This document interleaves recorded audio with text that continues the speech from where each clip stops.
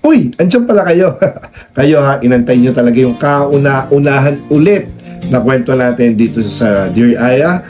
Itong kwento na to is based on the true story sa mga secret sender na nag-message sa atin, nag-open up sa atin. Kaya syempre, for their privacy, hindi natin pwedeng isabihin yung kanilang tunay na identity. Siguro bibigyan lang natin ng alias or ibang pangalan yung mga secret sender natin. At kaya ako naman gustong i-share sa inyo kung ano yung napag-usapan namin, okay, kung ano yung kwento nila. Siyempre, to give awareness, diba? To give awareness lalo na sa anxiety at depression at sa ibang bagay pa na hindi pa aware ang mga tao. At siyempre, para makapagbigay din ng aral at inspirasyon sa iba. Kaya, ayun, bago natin simulan ay hinihikayat ko rin po kayo kung kayo po ay gusto nyo mag-open up din. Okay, kung meron kayong mga mabibigat na saloobin na gustong i-share para mabawas-bawasan, di ba, para mailabas nyo, open na open po ako, handang-handa po ako, i-message nyo lang po ako. Okay, mag-alala, in case na i-upload din natin to, i-post din natin, ay hindi ko rin po ibibigay yung inyong identity. Okay. Pero syempre, hindi lang sa mga negative side, sa mga mabibigat na nararamdaman. Kung meron kayong mga goals or achievements, di ba?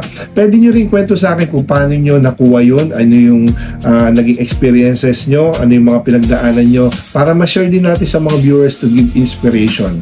Di ba? So, hindi lang tayo puro negative dito.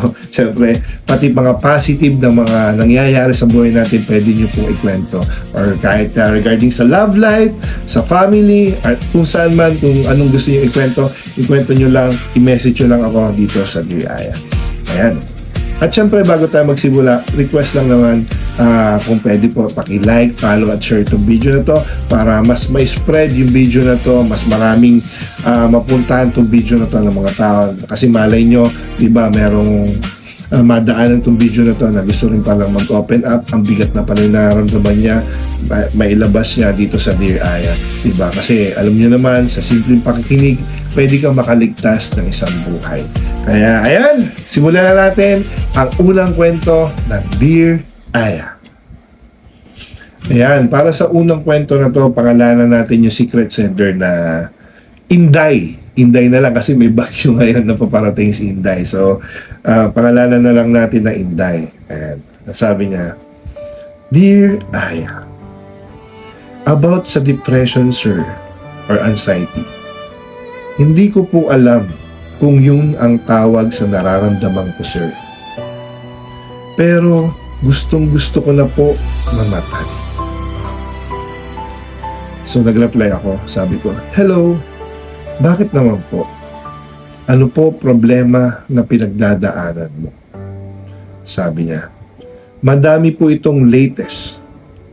Niloko ako at hindi pinili. Yan na naman tayo sa cheating, di ba? Yan na naman tayo. Okay. Sabi ko, gusto mo pong magkwento? If comfortable ka po, para din malabas mo. Sabi ko, makikinig po ako. Sabi niya, hindi ko kasi alam paano gagawin ko, sir. Gusto kong maayos pa since live-in kami tapos kakikilala lang niya lang dun sa other girl. Yan. Bago siya umalis ng trabaho dun.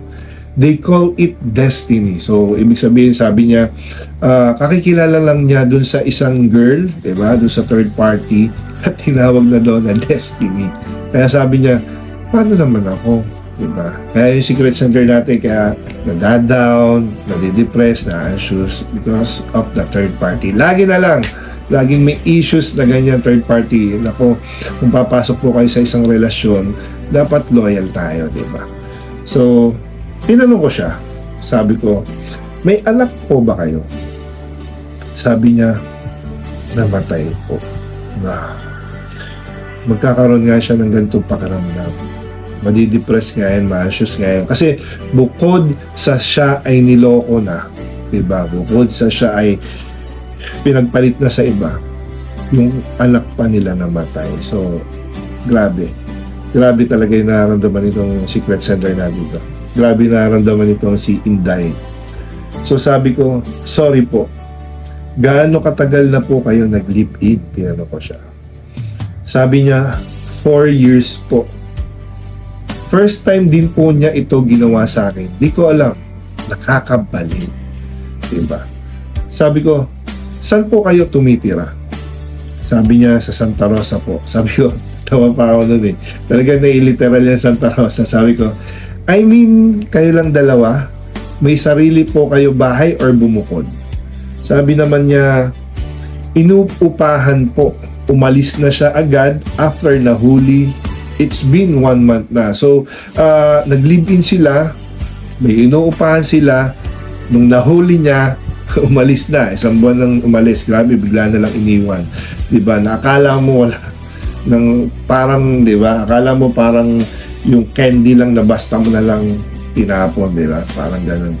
Sabi ko, mas maganda na lang po siguro kung umuwi na lang po kayo sa parents nyo. Kasi naisip ko, kaya ako sinabi sa kanya, syempre, yung pinagdaanan niya, nakalibing sila, iniwanan siya, namatay pa yung anak niya, so nag-iisa na siya dun sa inuupahan nila. Kaya, syempre pag nag-iisa, magse-self-pity ka lalo, di ba? Mag-iisip ka na mag-iisip, lalong lalala yung naranasan mong depression or anxiety. Kaya sabi ko sa kanya, mas maganda po siguro na umuwi na lang kayo dun sa sa parents niyo. Sabi niya, ayun nga po, isa pa po yun, wala na po akong parents. Grabe, wala akong paglagyan. Wala akong paglagyan talaga kung ano sasabihin ko kasi wala na siyang parents, wala na siyang ibang uuwihan siguro. Pero may sinabi pa siya, ito yung sabi niya. And panganay po ako, students pa mga kapatid ko. Isa may family na. Yung stepdad ko po kasi nananakit. Naisip ko naman, huwag ka lang umuwi. Diba? Kasi nandun na lang, yung parents siya namatay na. Pero may stepdad pa siya. Tapos yung stepdad niya, nananakit pa. Diba? So, ang hirap nga sa pakiramdam. So, grabe. Nararamdaman ko kung gaano kabigat yung nararamdaman niya. Okay, sabi niya, yung stepdad ko po kasi nananakit since bata pa po ako. One time na umuwi ako, as 31 years old na po ako, sinaktan pa din ako. Grabe, 31 na. Diba, sinaktan pa din. Wala ako choice kundi ipabawsi na siya. Okay, pinabawsi naman siya kasi syempre marunong naman itong secret sender natin, may pinag-aralan naman to. Naging okay man kami pero bumalik na uli ako sa Laguna kasi galit siya at pinahiya ko daw siya sa barangay. Dapat naman talaga. Diba? Guys, deserve naman talaga na nananakit ka ng babae. Diba? Mas bata pa sa iyo. Tapos anak mo pa. Hindi ko mo stepdad lang, guys. Mabigat na yung kamay natin, di ba? Pwede naman kausapin na lang kung may maling nakikita, di ba? Or may maling nagawa. Pero yung pagbubuhatan mo agad ng kamay, medyo, lalo 31 years old na, sinasaktan mo pa, iba na yun. Di ba? Iba na yun. So, sabi niya, naging okay man kami pero bumalik na uli ako sa Laguna kasi galit siya at pinahiya ko daw siya sa barangay. Nag-resign ako sa work kasi nagbabanta siya na babatuhin niya ako doon. Wala naman ako ginagawang masama, sir. Sayang nga lang kasi namatay na yung nanay ko. Siya lagi taga-awat pag sinasaktan ako. So, grabe na ramdaman ito secret sender natin. Bukod sa pangyayari sa buhay niya ngayong present, may mga past pa pala na nangyari sa kanya na naabuso siya, 'di ba? Physically. So, grabe yung trauma. Kaya siguro nagkaroon ng anxiety or depression tong ating secret sender na to. So, hindi ko man mapakulong kasi need pa siya ng mga kapatid kong anaks niya. Diba? Anaks, kasi madami. So, mabait pa rin to secret sender natin kasi kaya-kaya niya pakulong kasi sabi ko nga may pinag-aralan to, marunong to, 'di ba? Pinabawsi nga niya agad yung stepfather niya kasi nanakit. Kaya lang hindi niya tinuloy pagpapakulong. Kasi nga may mga half na kapatid pa siya na 'di ba, sinusuportahan nung stepfather niya. So mabait pa rin. Maganda yung ginawa mo. Sabi ko sa kanya, pero nagwo-work ka pa ngayon. Sorry, late rep, may ginawa lang. Talaga sinabi ko pa to na kasi nasa session ako noon kanina. So, kaya sabi ko, late reply. Kaya anong oras na nakapag-reply. So ito yung sabi niya, hindi nga po ako makapag-work. Nakapag-decide na ako nakaraan na hindi na ako mabubuhay. Wag na wag. Kahit ganong pabigat, kahit ganong kasakit at kapangit yung naramdaman natin, naranasan natin, wag na wag niyong gagawin solusyon to. Pero sabi naman niya, pero ngayon mag-work na. Siguro medyo down lang siya ng time na yon, tapos bumalik yung kanyang adrenaline, mag-work na daw siya. So wag na wag mong gagawin yan alias Inday, wag na wag mong gagawin, kasi sasabihin ko lang sa inyo, that's a sin. That's kung di ako nagkakamali, immortal sin yan. Kasi guys, yung buhay natin, tandaan nyo, buhay natin ay hiram lang natin kay God. So, kailangan natin itong alagaan. Diba? At hindi tayo bibigyan ni God ng mga pasanin, ng mga trials, masasakit, mapapangit na naranasan natin sa buhay kung di natin kakayanin. At minsan, ito yung reason para tayo ay maging matatag. Ayan. So, sabi niya, mag-work na daw siya. So sabi ko, uy, wag mo sabihin yan. Kasi sabi niya kanina, hindi na daw siya mabubuhay. Magdi-decide na daw siya na hindi na mabubuhay. Kaya sabi ko, uy, wag mo sabihin yan. Pero buti naman mag-work ka na. Wag mo sayangin life mo sa tao na di ka kaya panindigan. Ikaw talaga, marami pa po dyan. Sabi ko ganun. Pero pinakamalaga is focus on God and to yourself. Ayan, dyan nagtatapos ang ating kwento ng Dear Aya. At grabe guys, no? Naramdaman nyo, magkakaroon talaga siya ng anxiety or depression. Kasi una, bukod sa naranasan niya dun sa kanyang partner na nangaliwanan nga, di ba? Namatayan pa siya ng anak. And bago mangyari yung mga bagay na yun, na tingin ko mas naging okay na nga siya nung nagkaroon siya ng live-in partner, nagkaanak sila, kasi hindi naman siya niloloko nung una eh. Hanggang sa nangyari nga yung panloloko na yan, tapos namatay pa yung anak, I think naging okay naman sila.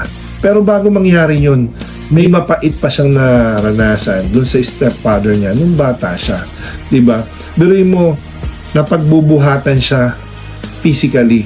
Grabe, kahit hanggang 31 years old na daw siya, nasasaktan pa rin siya. So, alam niyo yung trauma na nakuha ng secret sender natin na yan ay hindi biro.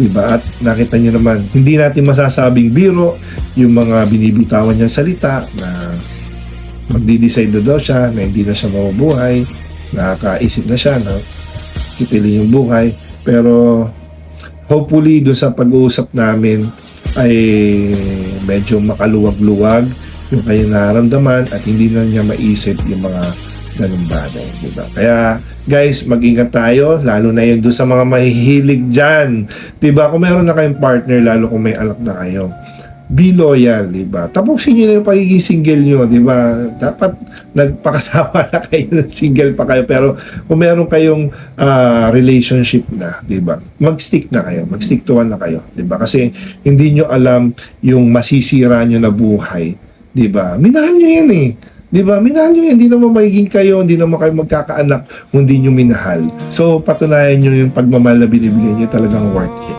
So, yun guys, that's all for tonight. Maraming salamat po sa nakinig at sabi ko nga po sa mga gusto pa mag-share ng kanilang mga experiences, na kanilang mga gusto maglabas ng mga mabibigat na nararamdaman, feel free to message me and pakisuportahan po yung mga nilalabas natin video.